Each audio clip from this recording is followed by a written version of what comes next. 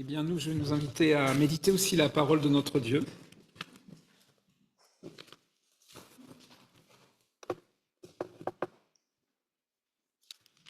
Ce sera dans Jean, l'évangile de Jean, chapitre 14, qui n'est pas anodin pour moi, puisque on m'a demandé effectivement, on appelle ça au congrès, d'animer un atelier sur Jean 14 et la paix. Et ça me touche profondément. Donc, surtout en ce moment, c'est assez étonnant, mais le Seigneur a quand même des clins d'œil que l'on ne maîtrise pas toujours. Voilà. Donc, ça sera dans Jean 14. Alors, simplement, quand vendredi, j'ai allumé mon ordinateur, je me suis mis sur Internet. Et pourquoi c'est l'IA, l'intelligence artificielle, le machin. Il y avait une icône, intelligence artificielle, sur la barre de recherche. Et l'IA m'a simplement posé cette question, l'intelligence artificielle. Bonjour, qu'est-ce qui te préoccupe aujourd'hui? Excellente question. On aurait tous, je crois, une liste conséquente du plus important au moins important à soumettre à l'IA. Mais je ne pense pas qu'en la matière soit la meilleure conseillère parce qu'effectivement, moi, elle me proposait d'aller dans un restaurant sushi et personnellement, le poisson et moi, c'est pas terrible en termes de relations. Donc la réponse n'était pas appropriée. Mais la question est quand même intéressante parce que si l'IA pose cette question, l'IA c'est un ensemble de données avec des algorithmes et tout ça, c'est que sûrement, c'est une question qui touche l'humanité de très près. Qu'est-ce qui te préoccupe? On est tous préoccupés, même en tant que croyants. Qu'est-ce qui te préoccupe? Et cette question, posée aux disciples de Jésus dans l'évangile de Jean, dans ce qui précède, elle aurait reçu une réponse aussi chargée, voire plus que la nôtre.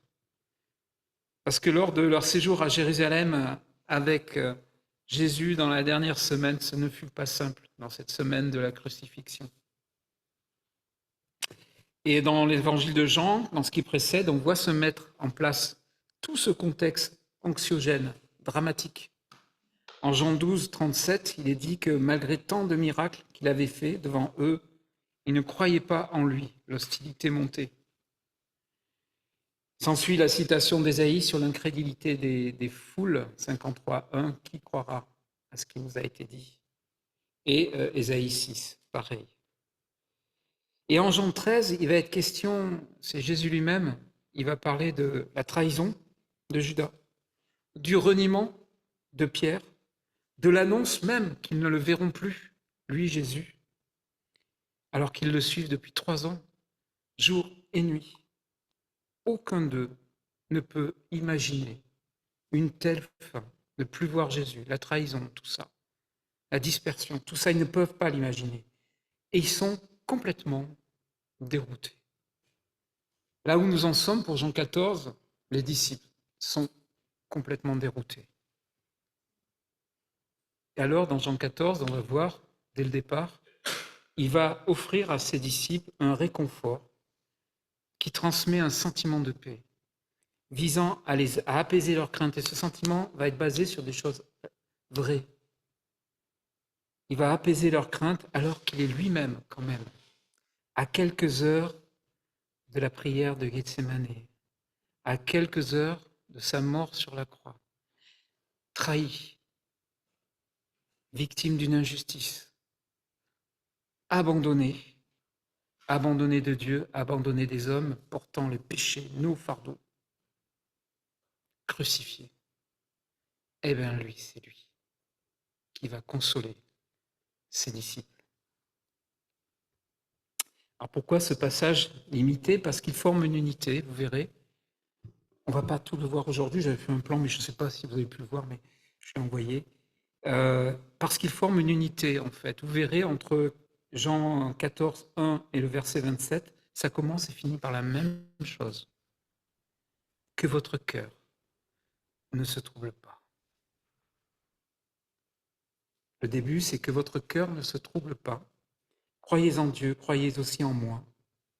Et il se termine, que votre cœur ne se trouble pas et ne s'alarme pas. Un peu comme une sorte de conclusion entre ce que va dire Jésus entre tout cela. Alors, je vais vous inviter à le lire. Alors, je ne sais pas si vous avez reçu mon plan, j'ai envoyé ça à l'équipe technique. Je trouve que c'est une bonne idée, effectivement, qu'il y ait un plan, comme a initié François, où on peut poursuivre un petit peu. En attendant, je vais lire donc Jean 14, dans un premier temps, et vous comprendrez pourquoi, les versets 1 à 14. Que votre cœur ne se trouble pas. Croyez en Dieu, croyez aussi en moi. Il y a beaucoup de demeures dans la maison de mon Père, sinon je vous l'aurais dit, car je vais vous préparer une place. Donc si je m'en vais et vous prépare une place, je reviendrai et je vous prendrai avec moi, afin que là où je suis, vous y soyez aussi. Et là où je vais, vous en savez le chemin. Et Thomas lui dit, Seigneur, nous ne savons où tu vas. Comment en saurions-nous le chemin? Jésus lui dit, moi, je suis le chemin, la vérité et la vie. Nul ne vient au Père que par moi. Si vous me connaissiez, vous connaîtriez aussi mon Père. Et dès maintenant, vous le connaissez et vous l'avez vu. Philippe lui dit, Seigneur, montre-nous le Père, cela nous suffit. Jésus lui dit, il y a si longtemps que je suis avec vous, et tu ne m'as pas connu, Philippe. Celui qui m'a vu a vu le Père. Comment dis-tu, montre-nous le Père? Ne crois-tu pas que je suis dans le Père et que le Père est en moi? Les paroles que je vous dis ne viennent pas de moi-même. Le Père qui demeure en moi accomplit ses œuvres. Croyez-moi, je suis dans le Père et le Père est en moi. Sinon, croyez à cause de ses œuvres. En vérité, je vous le dis, celui qui croit en moi fera lui aussi les œuvres que moi je fais, et il en fera de plus grandes, parce que je m'en vais vers le Père. Et tout ce que vous demanderez en mon nom, je le ferai, afin que le Père soit glorifié dans le Fils. Si vous demandez quelque chose en mon nom, je le ferai. Fin de la lecture de la parole de Dieu. Alors, on va, au cours des dimanches où je serai de prédication, parcourir Jean 14. On sait un petit peu avoir l'habitude de la manière dont je peux prêcher. On va d'abord se poser la question, mais pourquoi, pour les disciples, ne pas être troublés par son départ? La promesse de préparer une place pour nous auprès du Père et l'espérance de son retour. Les versets 1 à 4 que nous allons voir. Il est le chemin vers le Père, la vérité et la vie. Les versets 5 à 14. Ce que ça signifie et ce que cela implique. On verra la fois prochaine parce que c'est vraiment la suite et nécessite qu'on s'y arrête vraiment. La venue de l'Esprit qui assure la présence de Jésus auprès des disciples et comment Jésus donne et laisse sa paix. C'est la conclusion du verset 27. Et qu'est-ce que cela signifie? Signification dans la Bible, mais ce que Jésus accomplit. On l'a vu tout à l'heure aussi dans la présidence, tout est accompli en Jésus. Donc la paix que nous avons est accomplie en Jésus. Alors, commençons à réfléchir à la lumière de ce passage sur la paix que Jésus veut donner à ses disciples et donc à nous. Avec cette première interrogation, pourquoi ne pas être troublé par son départ? Pourquoi il dit à ses disciples que votre cœur ne se trouble pas? Croyez en moi, croyez en Dieu, croyez en moi. Eh bien, on va descendre ces éléments, les éléments de ce qu'il dit dans ces versets 1 à 4. La paix qu'il donne, elle s'approche déjà avec cette promesse de préparer une place. Et si vous regardez, cette promesse, elle est très profonde et elle s'articule autour de 3 mots. Un mot, 2 verbes, un mot, demeure, demeurer, préparer et prendre. Dans ces 4 versets, on a ces articulations. Demeure, préparer et prendre. Demeure, demeurer, ça va poursuivre toute cette partie du chapitre 14 comme un fil rouge. On commence par une demeure préparée pour les disciples on le verra tout à l'heure, Dieu, le Père qui demeure dans le Fils, et plus loin, avec l'Esprit. Demeurer, c'est donc un thème majeur de ce passage, on y reviendra. Mais savoir une chose déjà, que dans l'Ancien Testament,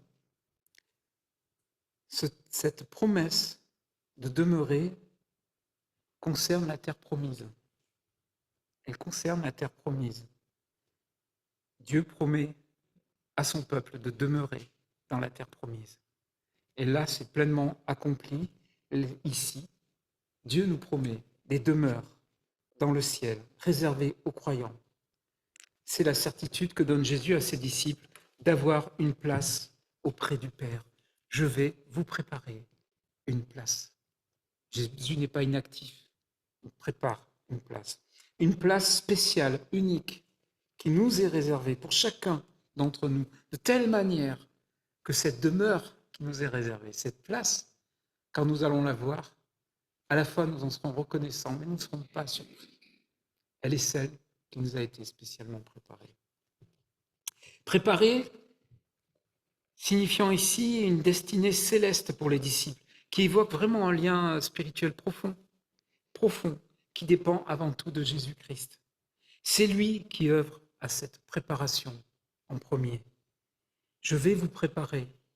Alors, on peut imaginer quelqu'un qui est en train de faire une chambre, en train de préparer, mettre les draps, le coussin, aérer. Non. Préparer ici va commencer simplement par la croix, la résurrection et l'ascension du Christ. C'est ça, préparer une place. Je vais vous préparer une place. Et il l'a préparée. Il est mort à la croix, il est ressuscité et il est auprès du Père. Cette place, elle est là, elle nous attend. Elle est certaine, elle est accomplie. Je vais vous préparer une place. Et enfin, il viendra pour nous prendre, littéralement nous saisir, mais sans violence, pour occuper le plus parfait des lieux, celui donc préparé pour nous auprès de lui. Il y a, je crois, en tant qu'être humain, dans ces 4 versets, là, une espèce de puissance, tout ce dont nous avons besoin chacun, une espèce de concentré de vitamines, de magnésium, de tout ce que vous voulez, mais de tout ce que nous avons besoin. La demeure en Christ auprès du Père. Pour nous, c'est une ancre, une certitude inébranlable. Christ qui, de manière éternelle, travaille pour nous et a travaillé à nous préparer une place. Ce savoir attendu, accueilli, tel que je suis, je viens à toi. Saisi par Christ à son retour, une espérance certaine, un but. À des disciples qui sont troublés, voilà ce qu'offre notre Seigneur dans la communion avec lui. Une certitude, une ancre, un accueil inconditionnel, une espérance, un but. Ce qui ne peut que les amener à avoir foi en Dieu et en lui, afin de trouver cette paix du cœur. L'évidence est là, que le chemin de cette paix va passer par lui. C'est là le sens de l'exhortation. Croyez en Dieu, croyez en moi. Je vais vous la préparer et vous allez le voir très rapidement, dans quelques heures. Je commence la préparation. Et je vous ai déjà travaillé pour préparer en vous annonçant, mais les disciples, et on va le voir encore, c'est dramatique, on est à quelques heures de la fin de la crucifixion, de la fin du ministère terrestre, les disciples n'en savent rien et comprennent toujours rien. Et je ne les juge pas, parce que je pense que moi, à leur place, je serais sûrement dans le même état. Et si le Seigneur ne m'avait pas saisi, nous avait pas saisi, nous serions tous dans le même état. Et il y a une double interrogation qui commence pour cette deuxième partie. Thomas et Philippe, qui manifestent leur incompréhension de ce que dit Jésus. Dans les versets 5, 6, nous avons d'abord Philippe, Thomas qui dit « Seigneur, nous ne savons pas où tu vas. Comment saurions-nous le chemin ?» Parce que Jésus dit « Et vous en savez le chemin ?» Et c'est là que Jésus répond « Moi, je suis le chemin, la vérité et la vie. Nul ne vient au Père que par moi.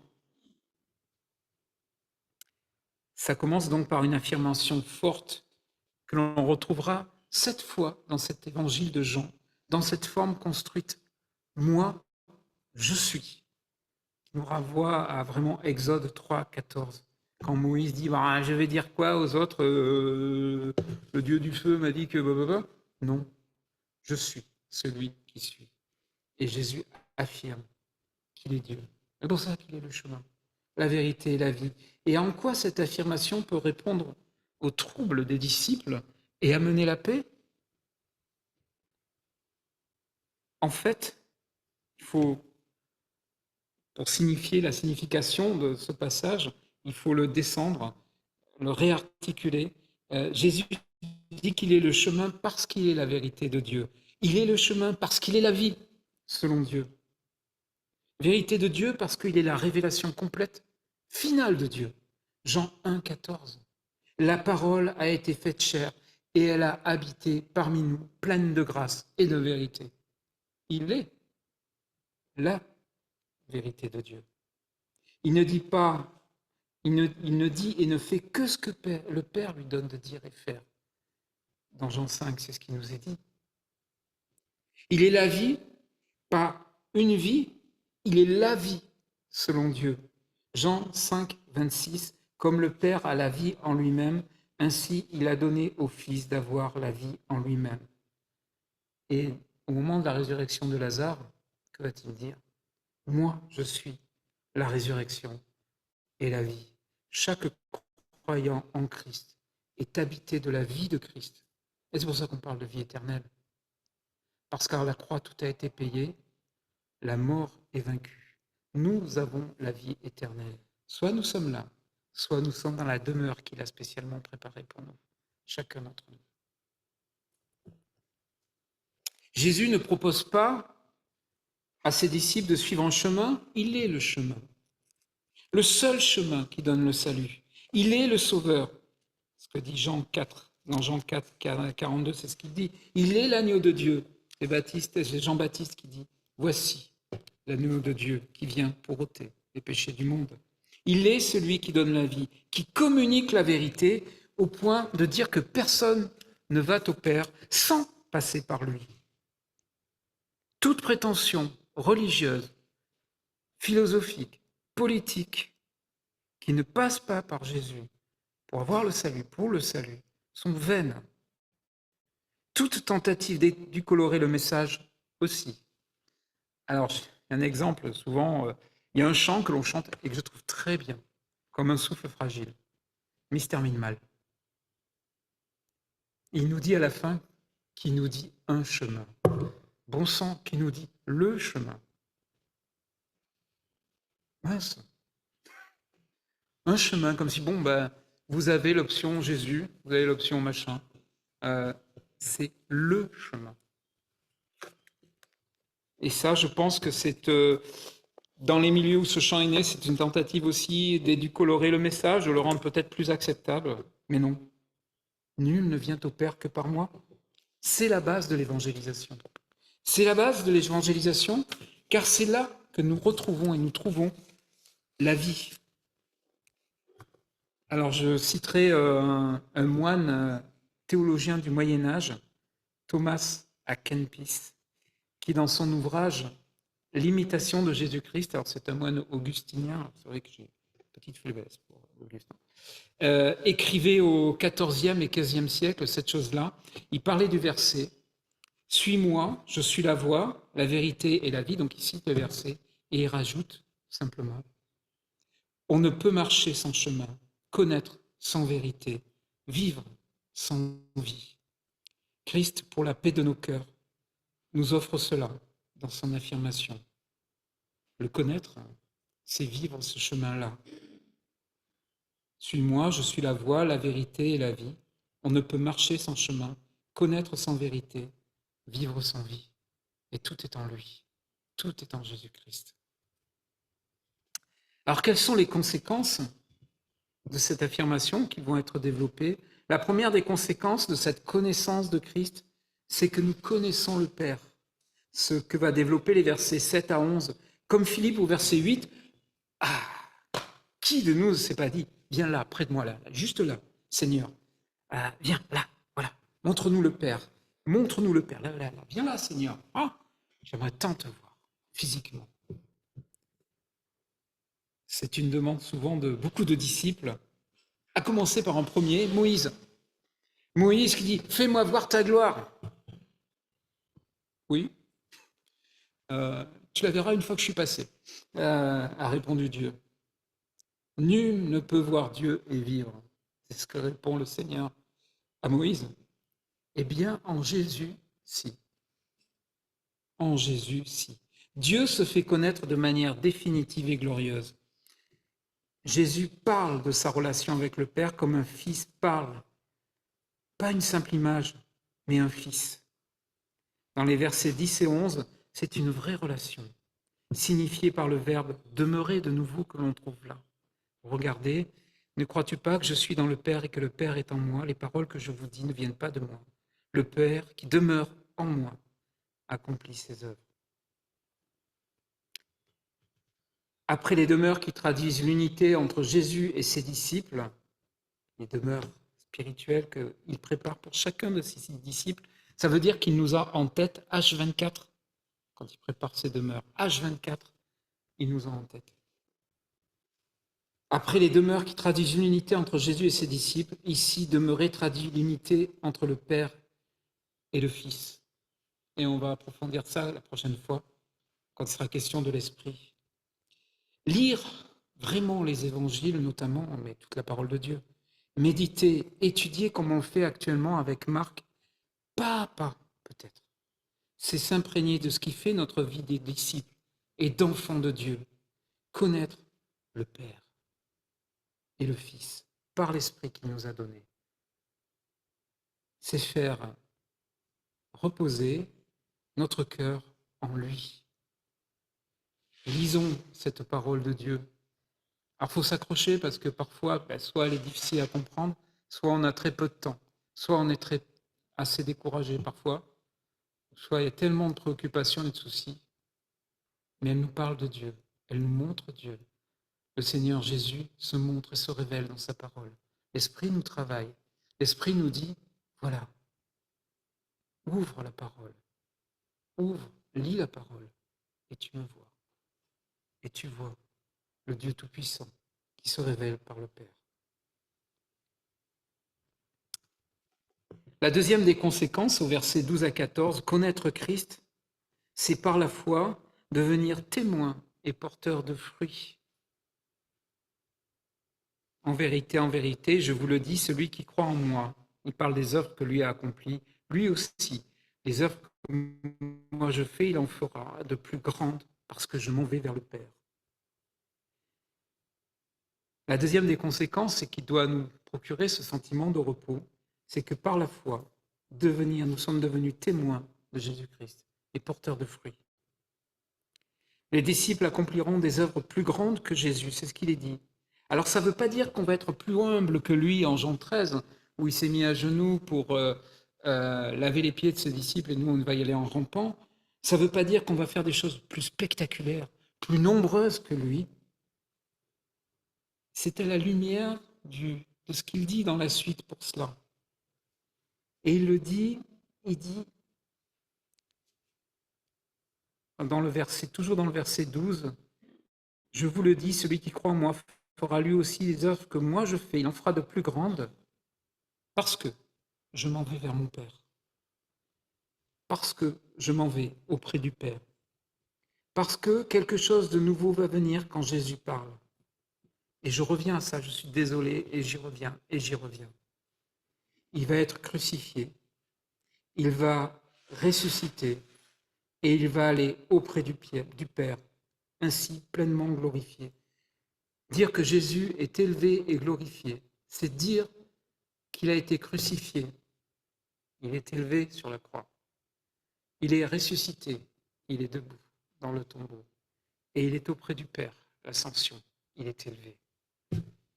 Il est glorifié, c'est cela, crucifié, ressuscité, auprès du Père. C'est cela que nous devons comprendre. Tout est accompli, dit-il. Le message voilé, même pour ses disciples, et c'est en cela que les œuvres vont être plus grandes, deviendra clair avec l'envoi de l'Esprit. Si vous réfléchissez finalement, c'est un peu provocateur ce que je veux dire. Plus de disciples viendront au Seigneur que lui avait pu en attirer pendant son ministère terrestre.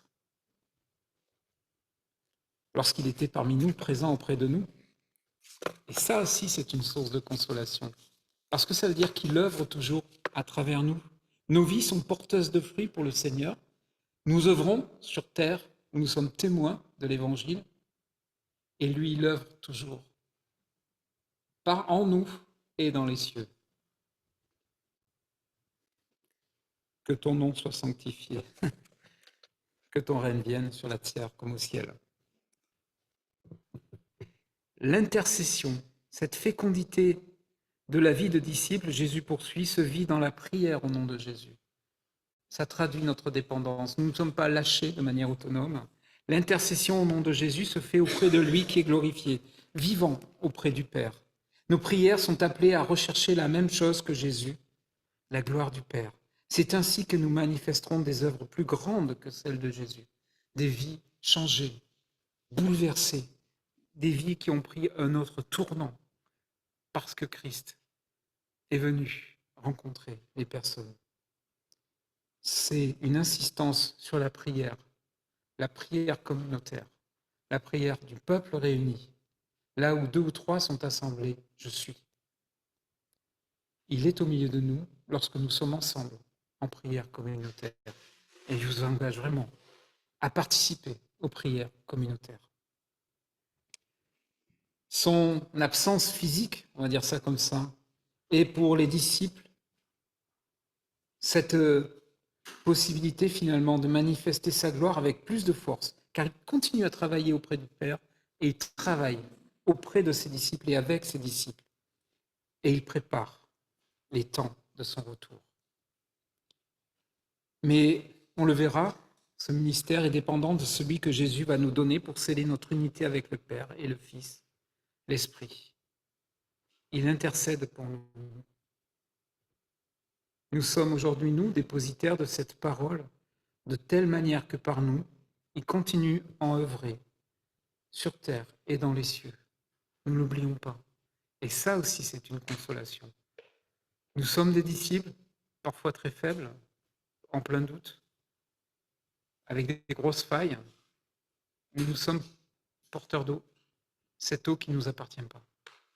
Cette eau que parfois peut-être nous lâchons en chemin, mais qui produit quand même ses effets. C'est pourquoi elle a été envoyée, Ésaïe 55. La parole ne reviendra pas à moi sans avoir produit ses effets. Ce pourquoi je l'ai envoyée. Donc oui, dans son départ vers le Père, Jésus ne laisse pas seuls ses disciples. Il ne les laisse pas livrer à leurs doutes, à leur angoisse, à leur anxiété.